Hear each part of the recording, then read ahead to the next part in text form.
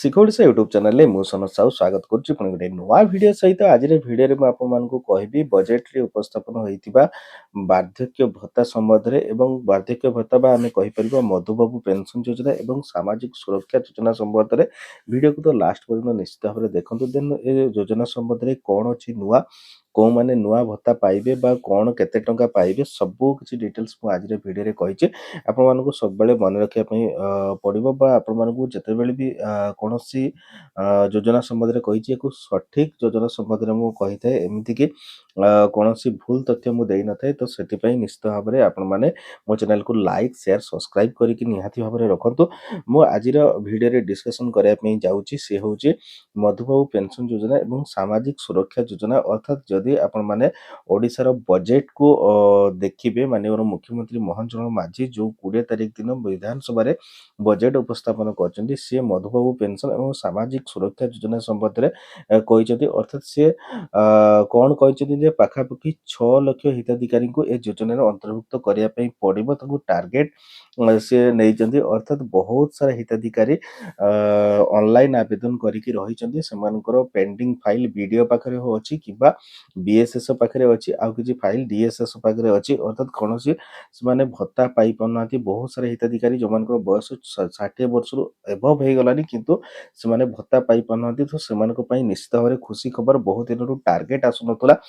Target କେଉଁମାନଙ୍କୁ ଦିଆଯାଉଥିଲା ନା, ଯେଉଁମାନେ କେବଳ ଡେଥ୍ କେସେସ୍ ହେଉଥିଲେ। ମନେ କରନ୍ତୁ ଆପଣଙ୍କ ଅଞ୍ଚଳରେ ବା ଆପଣଙ୍କ ପଞ୍ଚାୟତରେ 2 ଜଣ କିମ୍ବା 4 ଜଣ ଗୋଟେ ମାସରେ ମୃତ୍ୟୁବରଣ କଲେ, ତ ସେଇ ଡେଥ୍ କେସେସ୍ କେବଳ ଫିଲ୍ଅପ୍ ହେଉଥିଲା କିନ୍ତୁ କୌଣସି ନୂଆ ଭତ୍ତା ଆପ୍ଲାଏ କରାଯାଇ ପାରୁନଥିଲା ବା ନୂଆ ଭତ୍ତାଧାରୀଙ୍କୁ ଭତ୍ତା ମିଳିପାରୁନଥିଲା। ଯାହାଫଳରେ ଏକ ବଡ଼ ଏକର ଭ୍ୟାକେନ୍ସି ବାହାରି ପାରୁନଥିଲା। କିନ୍ତୁ 6 ଲକ୍ଷର ଭ୍ୟାକେନ୍ସି ଗୋଟେ ବଡ଼ ଭ୍ୟାକେନ୍ସି, ଯେଉଁଥିରେ କି ଯେତେ ବି ନୂଆ ଆବେଦନ କରିଛନ୍ତି ତ ସମସ୍ତଙ୍କୁ ଏ ଭତ୍ତା ମିଳିପାରିବ ବୋଲି ଆଶା କରାଯାଏ। ଇଏ ହେଉଛି ଗୋଟେ ବଡ଼ ବହୁତ ହି ଭଲ ପଦକ୍ଷେପ। ଦେନ୍ ସବୁଠୁ ଆଉ ଗୋଟେ ନୂଆ କଥା କହିବି ଯେଉଁଟାକି ସରକାର ଧ୍ୟାନ ଦେଇଛନ୍ତି, ସେ ହେଉଛି ଡିବିଟି ମାଧ୍ୟମରେ ପ୍ରତ୍ୟେକ ଭତ୍ତାକୁ ଡିବିଟି ମାନେ ଡାଇରେକ୍ଟ ବ୍ୟାଙ୍କ ଟ୍ରାନ୍ସଫର ବା ବେନିଫିଟ୍ ଟ୍ରାନ୍ସଫର ମାଧ୍ୟମରେ ସରକାର ଦେବା ପାଇଁ ଚାହୁଁଛନ୍ତି।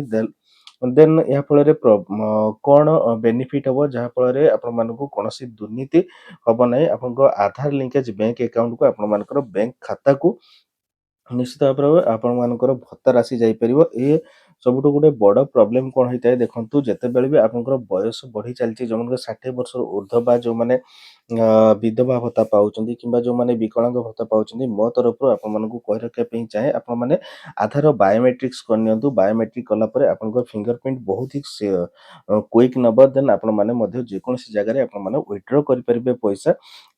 ତ ଇଏ ହେଉଛି ଗୋଟେ ବଡ଼ କଥା। ଦେନ୍ ମୁଁ ଯଦି କହି ରଖିବା ପାଇଁ ଚାହେଁ, ଗୋଟେ ସବୁଠୁ ବଡ଼ ଇସ୍ୟୁ ଅଛି ଯେଉଁଟାକି ଭିଡ଼ିଓ ମାଧ୍ୟମରେ ମୁଁ କହି ରଖିବା ପାଇଁ ଚାହେଁ।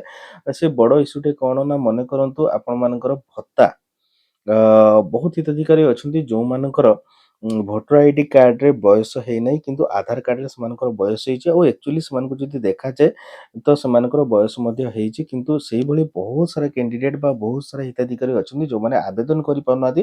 ଆଉ ଯଦି ଯେଉଁମାନେ ଆବେଦନ ମଧ୍ୟ କରୁଛନ୍ତି, ଯେତେବେଳେ ବିଏସ୍ଏସ୍ ଅଫିସକୁ ଯାଉଛନ୍ତି ବା ବ୍ଲକ ଅଫିସକୁ ଯାଉଛନ୍ତି, ସେମାନେ କହୁଛନ୍ତି ଆପଣମାନଙ୍କ ଭୋଟର ଆଇଡି କାର୍ଡ଼ରେ ବୟସ ହେଇନି। ତେବେ ନିଶ୍ଚିତ ଭାବରେ ଏହା ଉପରେ ସରକାର ଧ୍ୟାନ ଦେବା ଦରକାର।